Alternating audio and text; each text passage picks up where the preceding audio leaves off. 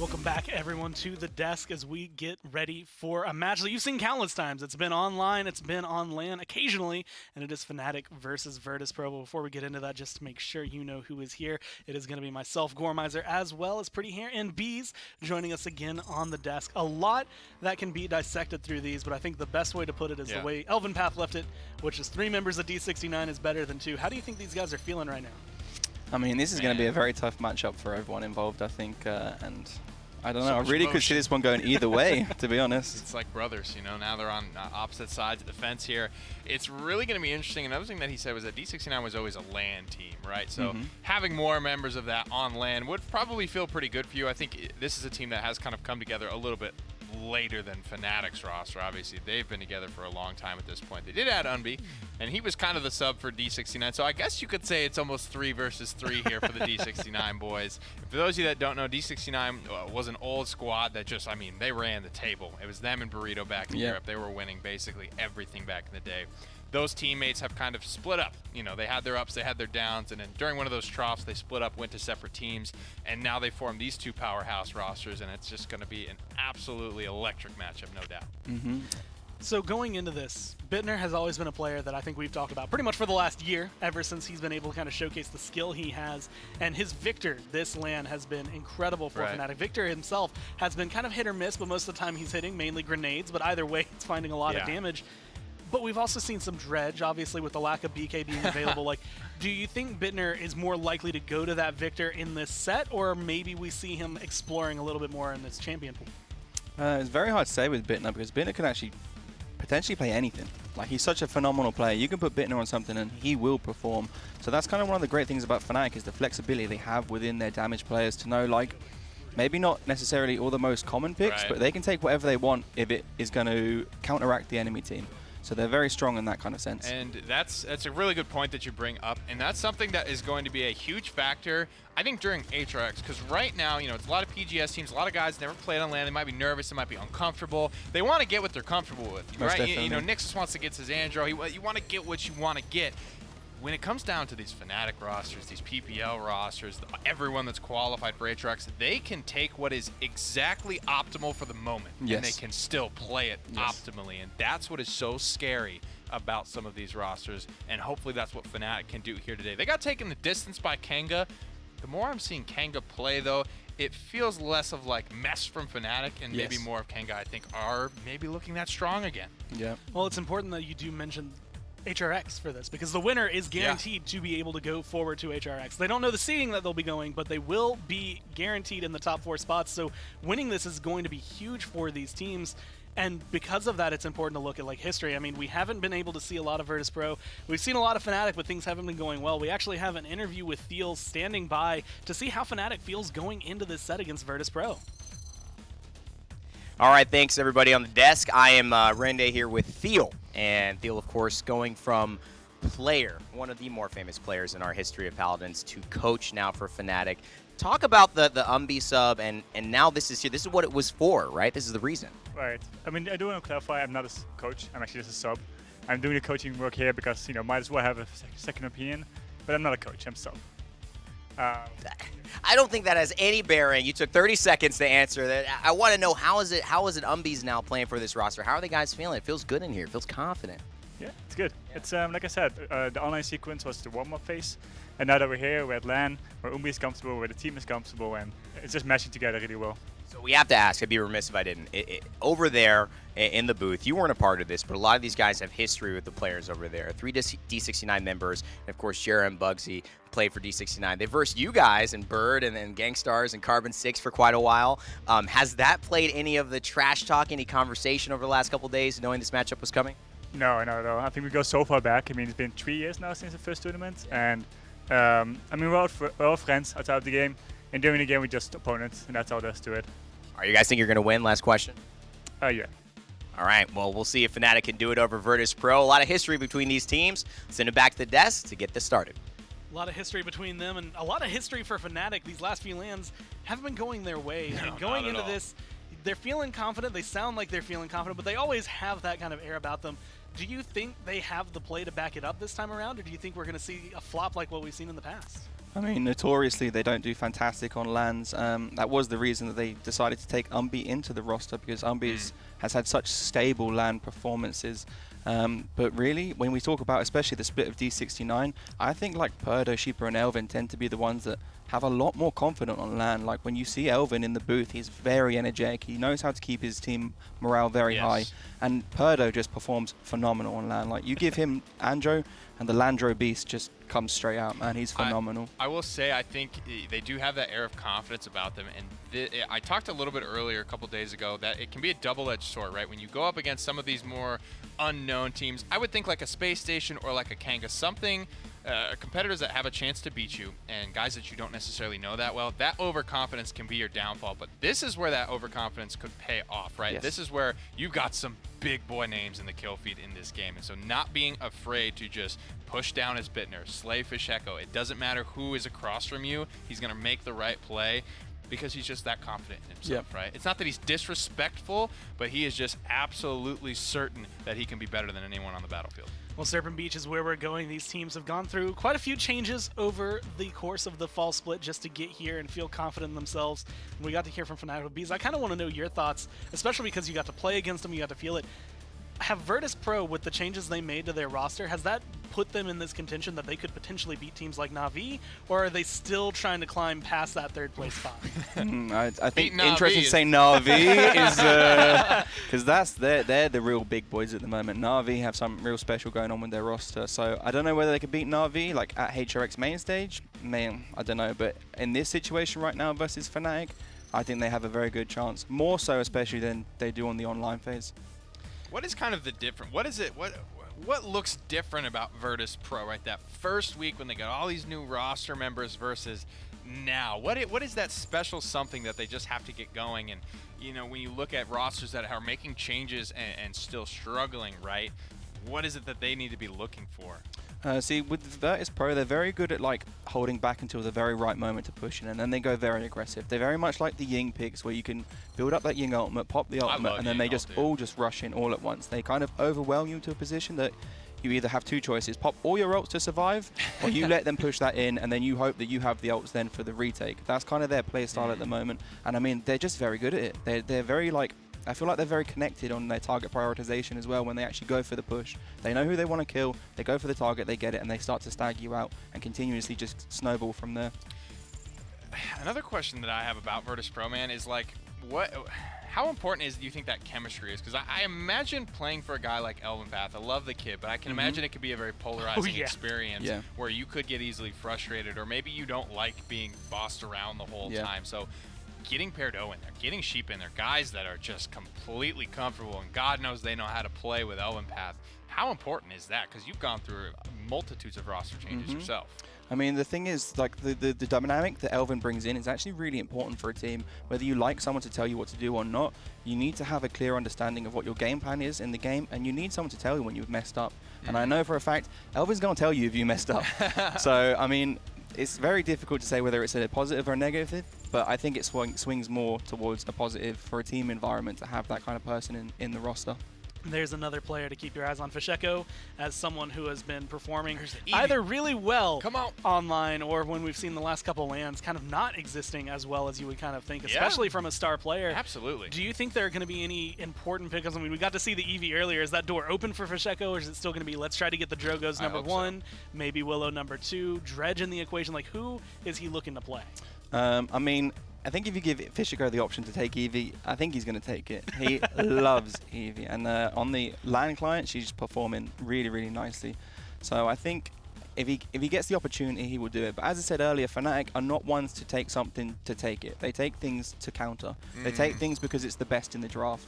And I don't think Fish is going to be so arrogant as to say, just give it to me because I want it. He's going to say, Eevee's the best in this situation. Let's take the Eevee. He's not going to care that I said Eevee or no balls. He's just going to say, well, okay, maybe then he will. Maybe he will.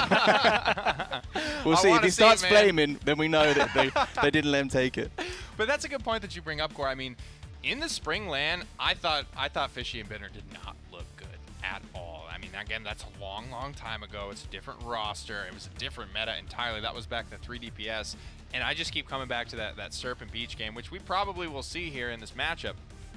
Bugsy's just hard shouldering the entire game on Kinessa. That can't happen anymore, man. Nope. That's not the meta. Bugsy is simply not on characters that are able to do that. It has to be Fish and Bittner. It has to be those two that step up and finally put FNATIC in a place to win. Well, the good news for these teams, and it's only because of the way the bracket shakes out, that they only have to win one set.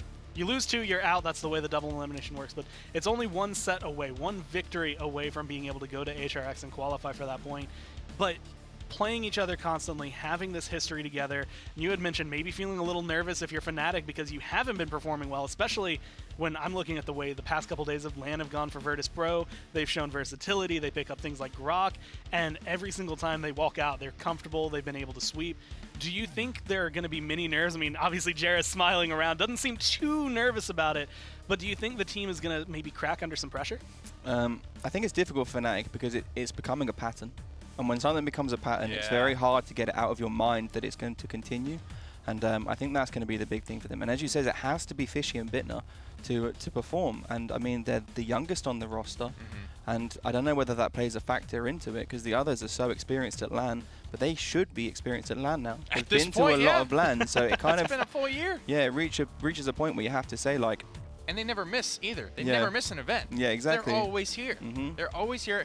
They're always coming in first seed, though. That's the difference this time. They are not first seed. I believe they were 5-3 during the online split.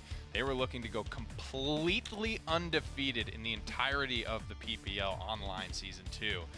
And we talked about, we don't care. I don't care how many games you lose. As long as you make it here, obviously you need to make it here. But it doesn't matter at this point how many games you lose because you've done it before. You've won every single game. It's got to be here, and it's got to be now that they win.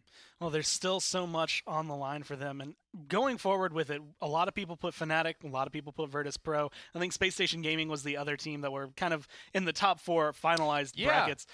I want to kind of look back at the way the day has gone. I mean, Renegades are no longer in the equation. You have a lot of PPL teams. I mean, Mouse is no longer in the equation. Like, with these PPL teams slowly getting weeded out and these PGS teams on the rise, do you think, especially getting knocked down here, is going to be a little bit more threatening to a team like Virtus Pro or FNATIC? I think it's confusing as well because some of the PGS teams, when we say like ones like Space Station Gaming, like they qualify as a PGS team, but the level that they play at is far exceeding some of the PGS teams from the North American or European region. So it's very difficult. There yet? Armada are very strong, but I don't think they're Space Station strong, in my opinion. The Space Station just look very, very formidable at the moment. Is playing European teams. They've played teams they're comfortable with. That was a big thing, and I think you kind of hit the nail on the head there. That is something that I am absolutely looking at going forward is there are no more teams they're comfortable playing against from the PGS around. They have to play these international big dogs. Well, we are finally in Picks and Bans. Game number 1 again for anyone watching. Serpent Beach is the map we are going to. I know I picked on Mouse a lot over the fall split about Kinessa being a pick here, but FNATIC were the ones that I think originally brought that into the conversation. Serpent Beach, right? It's Serpent Beach, so being able to come through, is that going to play an equation? I mean, Nick had mentioned Bugsy doesn't necessarily get to play those champions anymore. No. Do snipers even play a role here? Snipers are still good on Serpent Beach, but it's very dictated by the draft. Obviously, if there's going to be someone in the draft that can take care of the sniper very easily, they're not very good. But when the sniper has free reign, they are very strong. And the thing as well, when you especially look at Kinessa actually has a lot of mobility on this map. She can actually flank very, very easily. When the enemies, when you're first pushing up on the left-hand side of the map, like the pillars to take control of water side, if she can get up onto the enemy's balcony side, she has free range shots. And to most likely as well, the support, because he's going to be the further back of the team. One headshot totally sways the entirety of the game. Well, FNATIC have gone for a Drogo's ban, and Nick, I'm kind of curious because, I mean, Fisheko's your guy. Fisheko's the one that is the blaster player. Does this scream, let's go for a Willow, or are they looking, I mean, Eevee is good on Serpent Beach. Maybe not out the gate, because I think there are still some pretty important front lines to grab. And Bees, you are a frontline player. Why is it always frontline? So many frontline bans, early frontline picks. Tell me why the frontline is so much more important than everything else. They just create the pressure. They create the momentum for the rest of the team to work off of. If you have the Inara, then you create the pressure on the point. Very nice, very interesting. I think all of us kind of recoiled at that a little bit. Okay, Torvald first pick here. That's very interesting. Man. That's weird. I've never seen this. What's going on? So Virtus Pro, I mean, it's kind of in their playbook. Inara, right? Like that's the place you have to drive it. It's definitely not something they've done as often lately. But, I mean, that's They're kind of the setting up standard. for What we something. used to Yes. see out of them was always, hey, Elven Path, Inara stands on the point. That is the equation. Don't think that's going to be the case, but I mean, is it worthwhile picking up Torvald to give up the Inara, or would you have rather seen Inara first? I mean, for me personally, I'd have taken the Inara, but as I said, FNATIC, they have something in mind here. There's Yeah. no way they're doing this just on a whim. There's 100% a setup coming for something, whether it be the Willow, or I might even say maybe it could be the Dredge. I could imagine FNATIC having something from Dredge from Fire that they can just lob shots to locations and just know they're going to get confirmed damage. So That wouldn't surprise me with them. VP are taking away the Andro as well, just sort of wondering, I think themselves, what are FNATIC doing? What Yeah. are they setting up for with this Torvald? Because this is not a team that is going to be like, oops, we picked Torvald first, that didn't mean to do it. This is deliberate. Yes. This is, has a purpose to it. Tenors Victor, we kind of brought that up. And you remember what NIP did to Na'Vi with Torvald Willow? I feel like we might be able to see a little bit of that here. I don't know. Something's brewing here. I don't know how I feel about Talus on Serpent Beach personally. He's It's okay. almost the split Yeah. Stony problem where if Yeah. someone's above you, you're just kind of like, well, there it is, Yeah. boys. I don't know Give what him a I'm little doing wave up there. Hey, how you doing? That ain't on me, brother, Yeah. man. We gotta figure something else out here. You get the go flank, go flank, go flank. You're What like, do you mean? I don't think I can. Well, Inara, boost me up. Get me out of here. hit the wall. One number I'm happy to see, and I think a lot of players are probably happier to see it, that Ying win percentage has gone down. It was 75%, I think, at the beginning of yesterday, 70 towards the end. Now it's a 65. Yeah. Like, it's dropping down, but do you think in this kind of matchup, is that healer that much more important because of that win rate, or is Ying not going to have as much of an impact? I think as the games go on, as someone else said this earlier, I think as the skill increases, Ying will progressively drop down because Ying is phenomenal. She's just a very easy healer to work with because you pop the ult and everyone gets healed. It's not like it needs a massive amount of like You just planning press or exactly like every other. So as you There come it is, further boys. in, the Maldamba is going to gain more value because the ults are probably going to be a lot stronger. Oh, Eevee, there you Let get the it. fishy You finally swim, have brother. it. It Yep. comes through. Let the fishy Everything's swim. come true. And I mean, we said Dredge has now been played. Maybe he's open for play from a lot of other teams because they see where he's going to be available. Eevee as well. And I think anyone other than Nick should still be excited to see this play because on this map, specifically with Fish Echo, they know where to blink, where to place everything. Like, mobility is important, especially when you're trying to dodge around an Androxus. Mm-hmm. Him and Arnando, that's formidable. They What do have a good pick? draft. They definitely do. They grab the Cassie as well last. It's not. Cassie is very flexible. She can kind of be around the map, do a lot of things, in my opinion. But they had to be careful not to be too just like we are in this nest and susceptible to getting ice storm and just pounded by a barrage or something like that. I'm excited for Fisheko's Eevee. That's my final thought. All right, so one word, one team. Who's going to win? Fisheko. Fisheko. Okay, well, that's going to be it. I think Bees seems a little stumped. I'm Going in stumped. relatively even between these two teams. Even pumped. between I'm the so two teams. ready. Either way, we have the casters ready. Rain Day and Vox sitting in the booth. Go ahead and take it away for game number 1 of FNATIC and Virtus Pro. Well, I'll leave the question to you, Vox. Do you think this is going to be an Evian matchup between these two teams? I don't know. I'm here wearing the last suit I'll ever wear, guys. I'm ready for this. It's flanker versus flanker, and that's the big Why are you storyline covering for the this knot? right That's now. what looks good. The knot is what looks good. Look at this. Does not everything else look good, Randy? Well, I mean, It's a bad feeling when you walk into the kitchen at Skillshot Media and you're the only snack around. That's what I'm talking about. Vox under tremendous pressure This here. matchup I mean, is just all about fending flankers off to me. so many offers. Absolutely. I just, You know it. But Evan, I'm looking at this to be. We came into today as I lost the ability to speak for a second there, saying that front lines and flanks are the picks which are deciding these games. They are, because yeah. like Ying still has a high win rate, right? But the highest win rate damage dealer, besides the Vivian at the beginning of the day and the Strix, was Cassie at 50% and Drogo's at 50%. Victor was negative win rate right there, so Yeah. I'm looking to see how these flanks impact the game. Currently, Eevee wins more than Androxus, but that's because Androxus wins more than Eevee right now. Yeah, interesting start to this as well. Elven Path and Sheepa both getting super low, and we talked about the history between these teams. They'll tell you they're all friends, but that doesn't mean you don't want to beat your friends. That doesn't mean that. In fact, probably the most fights you've ever had are with people that you've known well, not the strangers that you've never seen. And I think this means that there's just a lot to win, a lot to lose here. And so far, FNATIC doing a lot of the winning. Rotations, though, from Ninu on the Cassie. Needs to hit some shots here. It's Bittner finally feeling some pressure, but it's looking long gone for the Cassie. Pretty much, and it was an even trade early on, but the thing is, the Torvald and the Victor, they stayed alive, and that's a combo which just puts out so much damage, Evan, that you can't really fight against that as a Fernando and a Cassie, especially when the Fernando has to keep their shield up because they're so low. 54% now.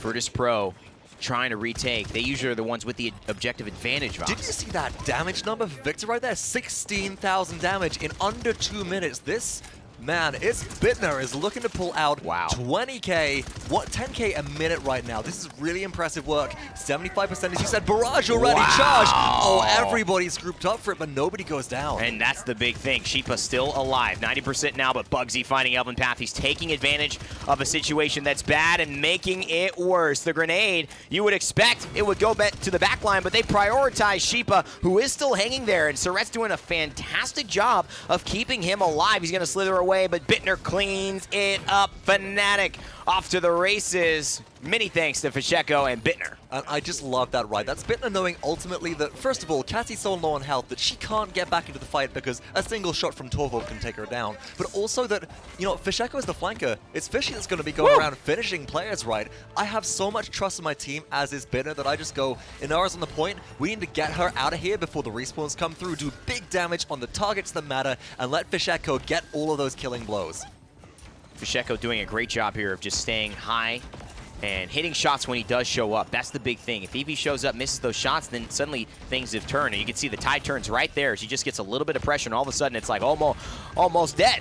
And so she has a very high execution threshold to be successful, and so far Fisheko is some of the best in the world at doing it. Illusory Rift as well was popped there. That's FNATIC hitting the Storm. gas pedal. Oh, everything's going through. That's Barrage for a second time in under 4 minutes, Evan. Wow, I can't even believe it. 3 minutes and 26 seconds to be exact, Vox. These are some record numbers for sure, damage-wise. If he keeps this up, it's going to be a game to remember, not only because it's so important it qualifies him for HRX, but with who it's against. My goodness, that's nearly 50k in 4 minutes. That is some incredible stuff coming out from this Torvald-enabled Victor. And looking at this composition as well, and the way in which it's excelling, I mean, we can see this respawn out of the gate. First blood coming through. This is just all Fisheko knowing exactly how to set up these plays. Yeah. Finds the shots on the Sheepa. Good target prioritization there because Proto's so low, doesn't chase. And the problem is Surrett's is taking that low staircase instead of staying on the catwalk, and he actually can't see Sheepa when he gets low. There's no healing available. I think Surrett's needs to stay a little higher there.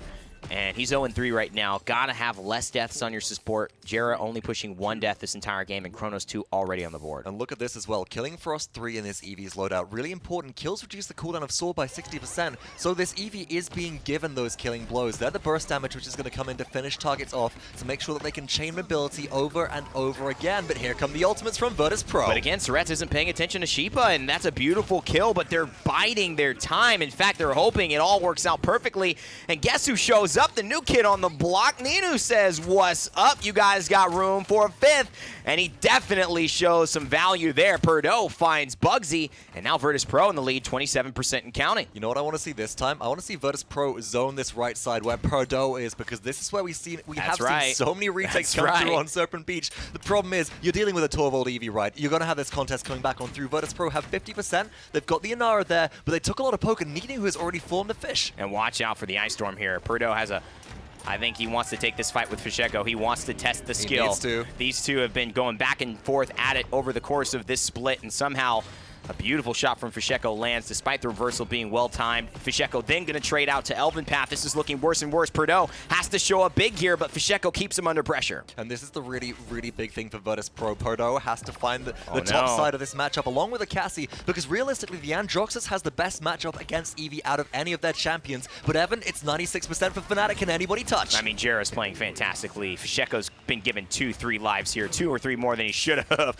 Nice turnaround, 180 to finish. And unless Sheepa pulls a rabbit out of the hat or a seismic crash maybe a healer, then this is going to go the way of FNATIC again. FNATIC just have so much damage. What a triple kill for his Bittner right there at the end. And this is just Purdue's It's the player, right? That's the Androxus, the champion that's meant to be putting the pressure onto this Victor in the backline, or Elven Path, but they're so busy trying to deal with Fish Echo's Torvald-enabled Eevee that's a threat that you just can't ignore. We talk about some threats being the case of, like, you know, if a Ruckus stands there and just shoots it, you can't ignore them because they're going to kill you over time. Exactly. Eevee's like 2 shots and you're down if she's got a bubble on her. Well, yeah, especially with the Torvald bubble, and that's what's so good about these compositions, where it allows one of the damage dealers to have just free reign, and that's what we've seen used so well with Splice, and now we're seeing it with FNATIC even better. This is just classic Paladins at its highest level on Serpent Beach. A couple of headshots, ring-a-ding-ding, nobody's home. Perdot back to base, and FNATIC look like they're going to 4-0 in game 1. Streaks coming out across the board, 14 for this Ying. 20 for Isbitner on this Victor. Nobody can kill them.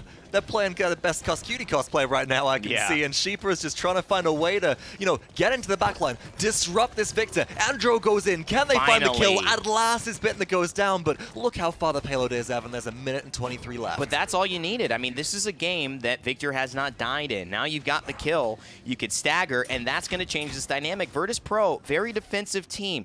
Diggy Dog said from NIP that they actually set up defending at their base by the time you're about to win the point on them. So they give you a lot of ground because they know this is where they can make their strongest hold. And so let's look at this. 1 minute on the clock. FNATIC, they're charging up their ultimates. Illusory Rift halfway through. Scout popped early by Virtus Pro, and encapsulation onto Bugsy there just for a bit of bonus poke up top, which I really like.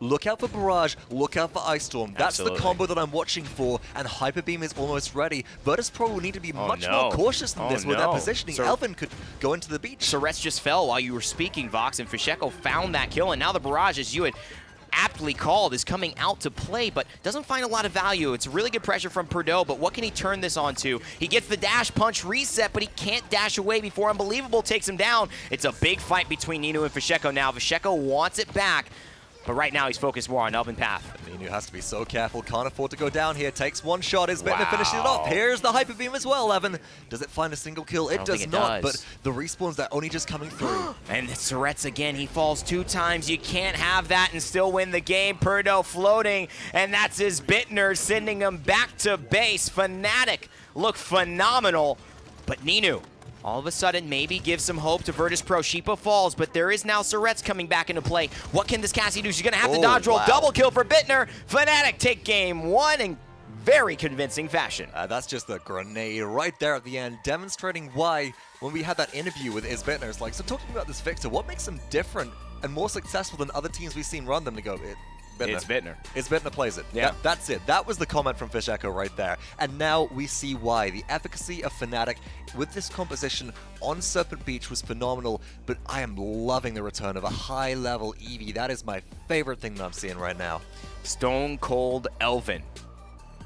Look at those eyes. I mean, you got to reset after this game. Go, okay, we underestimated the Torvald. We thought that we could maybe deal with it, and that was just a bit too much. I'm expecting a Torvald ban next game, guys. I'm expecting Virtus Pro to be able to reset, and, you know, when they had that first game and they, on Stone Keep, the very first one of the tournament, they said, that's the one where we're like, we're feeling out our opponents. We're seeing how things have changed. And I think FNATIC have definitely changed since we saw them online, at least. And now Virtus Pro, they might be able to come through with a comeback. Both of these teams still considered, I think, favorites to make it to HRX, but if FNATIC win next game, they will qualify. Big one coming up here, so let's send it back to the desk to break down game 1 and get ready for game 2. I mean, I'm not sure we have too much to break down. The game went by so fast. FNATIC played phenomenally throughout all of that, but I mean, I think a lot of it comes down to we got to see Eevee. We got to see Eevee perform incredibly well, and I think at the very beginning that had a huge impact, but we also have to mention that Victor. Yeah, as you said, we need to see Fishy, we need to see Bittner perform for them to win. Yep. That's exactly what they did. They performed very well. It's just that simple. I mean, it really, really is. When it comes down to it, you've got 2 picks now that have sort of gone cold in the tournament. And FNATIC are really one of those teams that's only really made the Victor work as good as it's looked. First time we're seeing Eevee from them. Everybody knows. Everyone's been asking for it. And that's why. I mean, that's the impact that it's going to have. The question I really have now going forward in this draft is the Torvald. It was banned relentlessly early on in this event. Squeaked through a couple times, lost. A couple more times, lost a little bit more, and then people just stopped banning. They're like, well, if no one can win with it, why ban it? I think it's only had about 30% win rate so far in the tournament. But you need to have the players to back up the Torvald for it to work. And I think that's what we see FNATIC having done. This Victor's a problem, too. I mean, we talk a lot about that Tor of Eevee combo. That 53,000 damage, it's almost always resulting in kills. But 112 from the back line, the quarterback definitely, certainly serving up a couple of those nice and easy. I was lucky enough, I was standing out actually in the break room watching this, and we had a couple of people actually had hates come up, and like we're just talking about the game. Kanga, surprisingly, looked better against FNATIC than what we're seeing out of Virtus Pro. Certainly. And a lot of it was because instead of pocketing the Eevee with the bubble, which is kind of what you would expect seeing this draft, that was always going onto the Victor. That was buffing his damage, keeping him alive. Do you think that was, like, I mean, that obviously was a huge part of their success, but do you think that's kind of the strategy they came in mind with, or was that just the way it happened to play out? I think it's like the way they drafted the Torvald actually worked phenomenally because they knew that they couldn't give away the Andro. Because if you give Fishy Andro with a Torvald bubble, they're just going to absolutely roll through you anyway. So then Virtus Pro has to take... Is that Fish Andro that strong? Oh yeah. He's. Okay. I don't know how he does it, but he survives every single time. Because that's not super common for him. It wasn't really super common in the online split either. Yeah, I think maybe that's just like a... Everyone warms up on Andro, though. Yeah, Does everyone just have an Andro in the DPL? How many skies did he do? How many skies did he have to run through? Probably like 250 skies. All right, 250 sky warm-up today. No more, no less. On the money here for FNATIC, man. They look crazy good. I mean, it was clean, right? What does Virtus Pro, like, what do they have to change? Because obviously your MVP, the Steel Series MVP, was going to be Bittner. Because it's hard to go 17-1 and not become the MVP the way things were going. 112,000 damage. What do VP need to change? That's the perfect replay that I wanted to look at. No one was looking at Tenor, right? When you got Fisheko's Eevee buzzing around with a Torvald bubble, how can you look anywhere else but at that? That's when this man, firing stance 5, he comes sliding into the DMs from around the corner, and he just rips you for 112K. And what was that, a 7-minute game, 8-minute game? Crazy. Yeah, they had such a good push on the last point as well. They got it No one's so looking at him. close to convert. Yeah, look, he hasn't actually taken any damage the entire point. 2,400 out of 2,400. Yeah. Just Insanity. constantly At the end of the payload push. off on the edge Off of the side. carry corner. Up No in the one is business. looking at him. And it's probably the easiest way to get 112,000 damage. But I think with the Victor as well, because it's not burst damage, you don't tend to typically look at it. Yeah. When you let the Cassie's in pillar and something, then the blast shot hits you with an auto attack. You're like, whoa, I just lost half my HP. You're like, we need to kill that Cassie. But when it's the Victor and it's just that tick, it just adds up over time, and he's much more less focused, I think, easy to because sleep of that. on. Yeah, exactly. If he's not hitting you with the grenades, then you're not noticing the damage, but the damage is definitely there. I mean, it's that easy, man. Whatever number you see popping up on the screen, you slap a 0 on it, and that's the DPS, right? It's always north of like 1,000 DPS, so it is easy to lose track of. Well, we're going to be going to Jaguar Falls, which, again, I've said historically is typically a FNATIC map, although they started showing a little less strength overall during the fall split. But, I mean, this feels very much like you would have expected to see in the summer. If VP had been able to come to the LAN in the summer, I expect this is how it would have gone, how it felt online. Do you think anything crazy is going to change? Is there something about Jaguar Falls that will make a big sweep? Or is this just going to have to be a complete reset, Virtus Pro go into this feeling fresh, kind of ignoring Game 1? I don't know. I think VP tends to be quite good on small maps, and Yeah, for sure. Yeah, so Maybe like, because Bright Marsh is banned out, maybe this is Grocket, their dude. next. Yeah, that's what I'm thinking. Maybe a little bit of Grak action. A little something. Yeah, so maybe that's the reason behind it. Because Bright Marsh is banned, maybe this is the next closest map that they have comfortability on, and they think that this is one that we can definitely take away. I think as well, if they leave the Dragos open for Ninu on like this kind of map, the spit True. bubbles are going to be phenomenal for the side of VP. And he's been a guy that's at times taken over the game for Virtus Pro, definitely. which is like for a rookie. I mean, how could you ask for anything more from Ninu? He's just been phenomenal. Virtus Pro will be first pick this time around. And the Torvald plus something, especially Eevee. Eevee is not quite as popular on Jaguar Falls. So that's a big question is what do we see Fishy play? Yeah. And again, for anyone wondering, this is Virtus Pro's map pick coming into this. So Jaguar Falls is the map they wanted to come to. Last one, FNATIC. It's not too surprising to see them win theirs, although I will say I think it's still surprising to see them win it in a 4-0 as fast and as well as they do. So this one might have a couple more bumps in the road, but I don't know if there's too much that they need to change, at least on the side of FNATIC. Draft's going to be different, but I mean, Drogoz is banned away mainly to keep it from Fisheko. You have Makoa. Do you want to go for the Torvald, and now that Inara's banned, do you try to pick that up and steal that strat as VP, or do you just hope they can't that felt repeat it. very pocket stratty. That felt very definitely. prepared. So I don't know if VP will just be able to whip that out.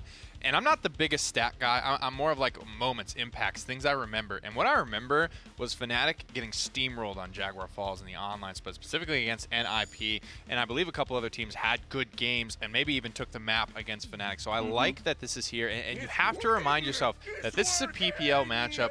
This is where, you know, you will see teams go back and forth. I'm going to win my map pick. You're probably going to win your map pick, and it's really going to come down to the wire. We haven't seen a lot of best of threes this event, a lot of momentum games coming through, and we'll see if that's the case here for FNATIC, but I have high hopes for VP being able to take it on their map selection.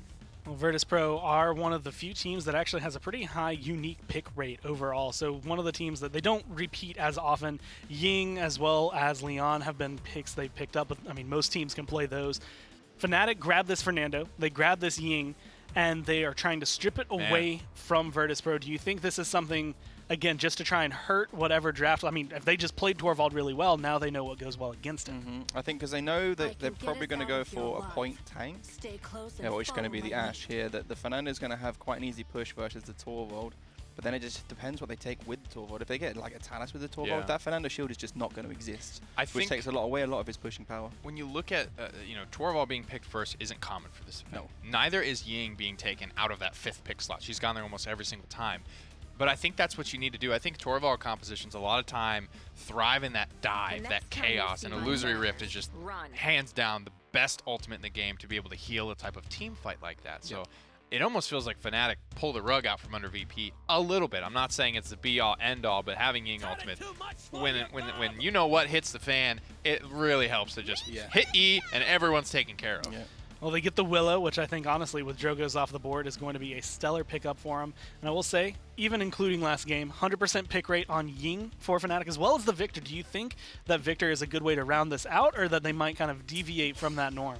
Victor could be a tough one here because of the Torvald. If they get an Androxus now on the side of VP, he's going to have a very easy time of getting in and taking care of Victor. Victor's mobility is like obviously not the best. He has it constantly, but it's still a very slow moving thing. If you get a Torvald bubble on an Andro and a headshot, that Victor's not going to do anything. Yeah, that's bad by Victor. God bless. And you know, oftentimes because of that, the best Victors know that. They realize that, and they just fight. They fight their way out, and they either die or they come out on top. Yeah, exactly. That's what we're seeing here. So what does Tenor have left in the pool? I'm thinking Cassie, and I mean, when you look at the double deployables, we talked maybe about the Grok coming through. This is something VP do, though. It's kind of the same as the Ying Can strat. it soul support, though? I mean, Peridot played this. I don't think he's going to be trusted to main heal this whole composition with That's very true, actually. I didn't think Peridot very much dependent on being a very aggressive person. It must be Surrett's going on to the Grok if they do take it, because there's no way Peridot is not taking Androxus. Well, the playstyle we've seen for Grok, specifically in the last couple days that Virtus.pro have been running it, is very aggressive. It's very much you go Maelstrom, you're trying to get that damage. You're not going for the heals. You're not sitting back with your team. You have somebody else to alleviate that pressure. Do you think this is going to be something that's kind of a heal on the side, get more damage down, or would he have to double down on the healing to make sure his team can stay afloat? The thing is, they kind of have the survivability already. The Torvald has a self-shield that he can use himself, so he has kind of, in a sense, a self-heal in that respect. And then on top of that, I just don't know. It's going to be very difficult. But it's the same strat that I was talking about earlier with the Ying. The VP like to do. They'll farm the Grok ult, and then they'll pop it and they'll just run in. They'll all go in together with them heals, with that movement speed boost. Pop a shield onto the Andro, bang, bang, bang, and just hopefully you kill everything. Well, this is what you're going to hear, man. Surging with, I got, come on, let's fight. It's just like, what do I do? Well, we get 1v, and it's going to be the Vivian instead. Pop in the bubble. I'm kind of curious as to how things are going to go, but the only way to find out how this set is going to end up is to go into the game. FNATIC looked like they were going to dominate in Game 1. Can they do it in Game 2? Let's go to the casters to find out. Well, the Grok has us scratching our heads, but, you know, the idea of how it might work does seem overwhelming. It's just, will this be a Maelstrom that hits FNATIC or Virtus.pro harder? I think that I'll ignore your pun right there and say, you're drafting a Grok into a Willow. What are you doing? Where are you looking? What are you thinking? It's literally to channel our inner Gormizer. Totem goes down, Dread Serpent overlaps, not Dread Serpent, Dead Zone overlaps a perfect circle over the top of it.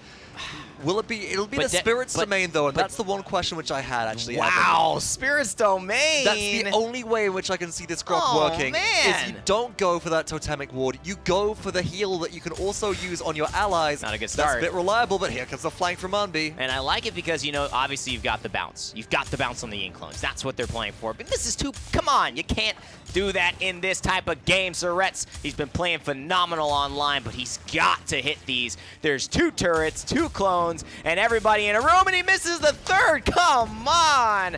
This needs to shape up, but so far, Virtus.pro still with a lead, and it's much thanks to the fact that they've put FNATIC in a box. I just really also like, though, that FNATIC are playing in a box. I think that's really good for them because they're vulnerable to the shock pulses, but it's not a Maelstrom Grok. They're not going to be swinging as frequently as you would expect. That's lucky. You've also got to remember that you've got double Ying illusions in there, you've got a fireball if anybody fights their way in, and it means it's difficult for Lian and Androxus to try and hit and kill a single target because there are so many bodies with this deployable Nightmare that just block all of those hit scan shots. What an incredible kind of rodeo that we just saw. But it's going to go the way of FNATIC here. You know, Evan, one other thing to mention as well, Vivian sensor drones, if people try and fight their way into that box, you know where they're coming from immediately. Yeah, that's a very good point. And all of it doesn't really matter because the only thing that is affecting this fight is the fact that somebody's now standing on the point that's not Virtus.pro. They had all this objective capture at the beginning, Vox, but they were yet to really make anything of it. They all just rotated and they decided collectively we're just going to try to move around this. It's a very high-level maneuver that they're trying to pull off. Both teams looking decent, but FNATIC, again, their draft just wins out in the end. Ninu will hit a shot one day, Heaven. Hit a shot at some point. But that's just, I mean, that's just the difficulty of Lian sometimes. Her weapon shots, they're super precise. You gotta hit them dead on. They can feel a little weird at sometimes, but Unbi is Bittner cleaning up right there. 2 minutes on the clock. Damage dealt shots being led by the Lian right now. But again, how do you find kill potential against this many obstacles for direct damage? The only thing which will go through and pierce is your presence as Lian, and that's not going to find a kill shot versus a Ying. And again, we see FNATIC getting the better end of the draft, getting the better end of the play, and making Virtus.pro do stuff that makes us say, huh? I mean, maybe. And that's just a nice sign if you're a FNATIC fan to see them kind of returning to form. Nice stuff from Purdue there. It's a couple of shots. They need that a lot more often. And it does come a little bit earlier into the game than it did last time, but still Bittner on a 7 streak. I'm not sure if he's died, Vox. No, we'll have to take a look at the KDAs. He has not. Bittner, actually the only deaths on the side of FNATIC coming from Fisheko right now. 3-0 and 3 from Believable. Bittner 2-0 and 5. On the other side of things, Purdue and Ninu, the only 2 players with kills. That's not looking too hot for them right now, but contesting relatively well. Where Grok is really going to come into play is this choke point, Evan. It's this small area where people can make use of Totem when Willow is locked out, but no, Purdue goes for the dive, doesn't find it. And you know what? It's nice to make a play, and there's the Maelstrom, but man, you get hit with a dead zone midair, which I think did happen. Or at least close to it. There's absolutely no way to survive. All the healing, it's irrelevant. Jera on a 9 streak as well. Bittner barreling in with the minigun and just looking like an unstoppable force, this FNATIC roster. Evan, I'm going to go back to it and say, you know what? Oh, hold that thought. Hyper Beam comes through. Purdue gets finished off conversion. This has got to roll through right now. Evanpath has got the assert dominance, but this is just this is just not even a math problem. This is just a timer ticking down right now. I mean, I think he dies if Bittner doesn't have to reload right there. Yeah. Such little health. I could see a couple of bullets and then some of the rockets finishing him off. It ends up being about 8 seconds later that he goes down, and FNATIC cruise to another 2-0. And I have to bring this up here. Theo, you know, and in my interview, he said, I'm not a coach. Don't you dare confuse me with a coach. That's not me. I'm not a coach. And then proceeds to hand out 5 individual notes to each player on FNATIC with different things on each note for each player to do in this set. Yeah, yeah, sure. That sounds pretty coachy to me. That sounds pretty coachy to me, but overall, FNATIC, they're taking this draft, they're rolling with it right now, Evan. But it's working. It is working, and I don't think that Virtus.pro's is working. It's like the opposite of Torvald. It's a broken Torvald, or really what Sheep is doing right now. Yeah. Surret's Grok pick, though. I don't think this was going to be Surret's choice. I think this is something that Virtus.pro say, hey, let's give this a shot. And it's not working out. I would have liked to see the Grover. I would have liked to see even a Ceres right against this composition, because the one thing that you can do with FNATIC boxing themselves in is throw in a convergence and really mess them up. But still, not happening. FNATIC going for a big opening flank again. Same bubble position with Unbelievable. On the objective, Bugsy drops the Dome Shield. And you know what, Evanpath, say hello to the dead zone. That was just a really rough time for him. Surret's hits a shock pulse about a day late and $1 short. And Perdo goes down here as well. I don't see anything, despite to call it early, I just don't see any way Virtus Pro are going to win against FNATIC with this lineup. The Spirit's Domain Grok was always a reach, but I mean, it's looking just devastatingly bad right now. Well, you're lacking in damage and you're lacking in healing as well. Actually, if we can take a look at the healing charts, I think that should be relatively indicative for us. And 42,000, keeping up a little bit better than I expected, but Evan, you're right, Maldamba would have been so much better just for raw healing at this point. And display, how do you get them off the point at this point? There's no displacement, there's no peel. Yeah. It's just such a difficult situation, and Bittner, again, has no pressure in the back line. Clearly, Virtus Pro took some risks. I applaud them for that. But against FNATIC, who are so clean right now, there was no way they were going to overcome this obstacle. And Bittner, again, undying. He might go deathless this entire game. This could be terrifying as well. And this is the qualification game for FNATIC. They win this one, they They're guarantee themselves a position at the Paladins World Championship at HRX at DreamHack Atlanta 2018 Mark II. And you know what?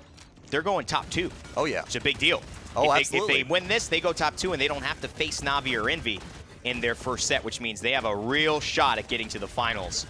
That One really would is assume. the big day. Oh my god, Bittner's still staying alive. No, tell me he gets shut down. Elven Path takes the kill. answers back though. And all of Virtus Pro, Evan, they're being corralled back into their base. It's 3-0 for FNATIC right now. 7 minutes and 8 seconds in. Will they get the push here? Is there anything Virtus Pro can do to stall them? I wish there was, Vox. I wish nobody looks at Virtus Pro FNATIC and wants a set that's over within about 20 minutes, but that's what we got, ladies and gentlemen. This ain't just over. This is Grover. We ain't even going to hit Grover time at this point. Well, you would have had to pick somebody else besides Grok for that to be the case. Absolutely. Fox. I mean, Virtus Pro, they did have most of their ultimates available. Hyper Beam doesn't find anybody right there. They still have the Tempest. They've got the Assert Dominance. They can buy time, and up and down goes Ash, but I mean, everybody's just going to run away as Grok sort of zooms around and gets fly swatted out of the air thanks to all of that credit and economy disparity from FNATIC. And the Dome Shield to capstone an incredible performance for FNATIC. They're off to Worlds. They'll be heading there in the November 16th through 18th slot. Fantastic performance. And Virtus Pro, now they need to run through the losers bracket. Look at those hugs coming through. I mean, that's a bit of a sense of relief, but I'm so happy for Unbelievable being able to come into this roster. It's a big and story pull it for off. him. It feels like, Dethrona finally getting that land win with SK. It feels like I slotted in. I had big shoes to fill with Theo stepping down, as Theo's been really that critical land member for a long time. And Umbi's been able to succeed here, and this is big. Umbi also gone back into Worlds, has the chance to actually go toe-to-toe and maybe pull out a win here as well, because we've seen Umbi at, I think, every Worlds at this point, if I'm not mistaken. And, let's not forget, he was with that D69 team in replace of Bugsy, who couldn't make it, and got them to a Game 7. 2 better than 3, by the way. Yeah, 2 better than 3, That's clearly. Maybe those 2 just had a couple of multipliers added on that Elven Path didn't know about. Fantastic showcase, great stars in the Paladins esports world, but this one goes to FNATIC, no doubt about it. Well, there you have it. You have FNATIC going to HRX VP, knocked down into the lower bracket. And like Evan said, you got a set that was about 20 minutes total in length. We've seen some of the games of the LAN go longer than that set and managed to last. So, I mean, just based on it, were you too surprised to see FNATIC dominate that game?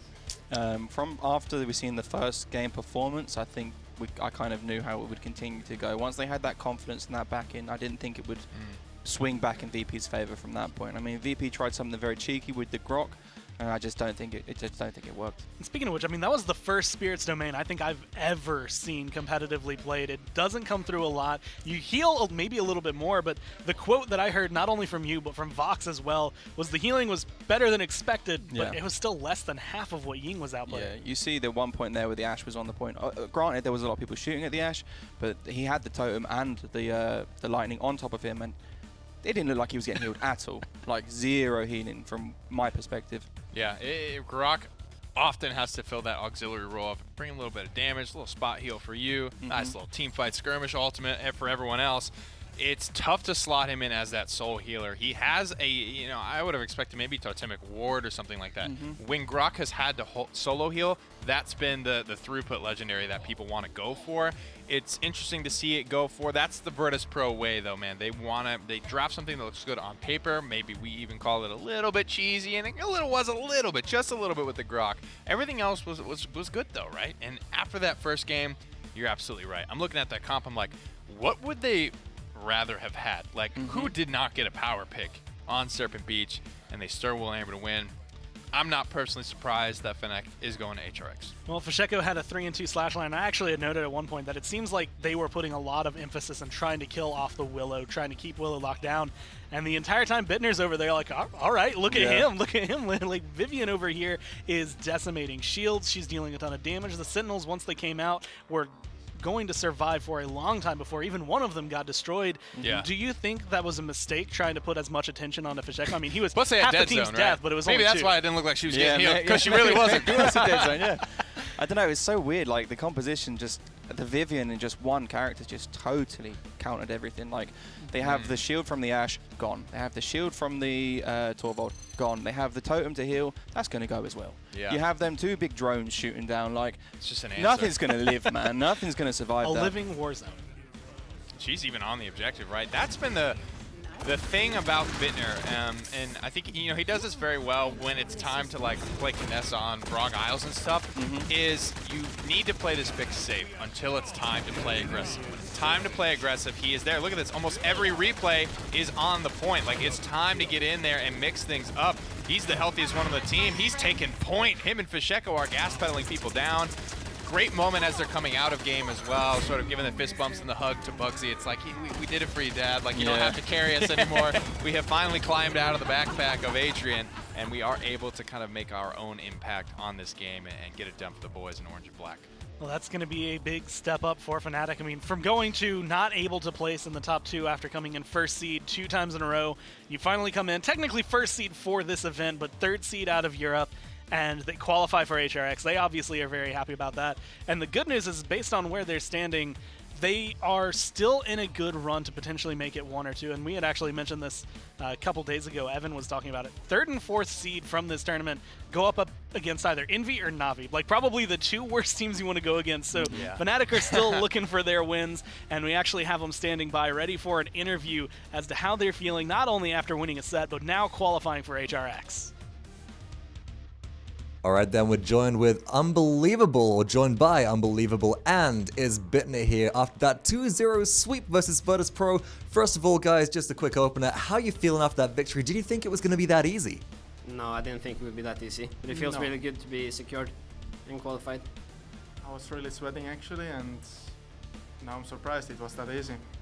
You know, obviously we're hearing some things about the Grok. There's not a lot of answers. We'll let that happen kind of off screen, off stage, Twitter, whatever it is. But you guys really just looked on top of your game. This was a FNATIC that not only was doing well online, but now is looking really good on LAN. How do you feel just with that win? What's the confidence going into HRX now?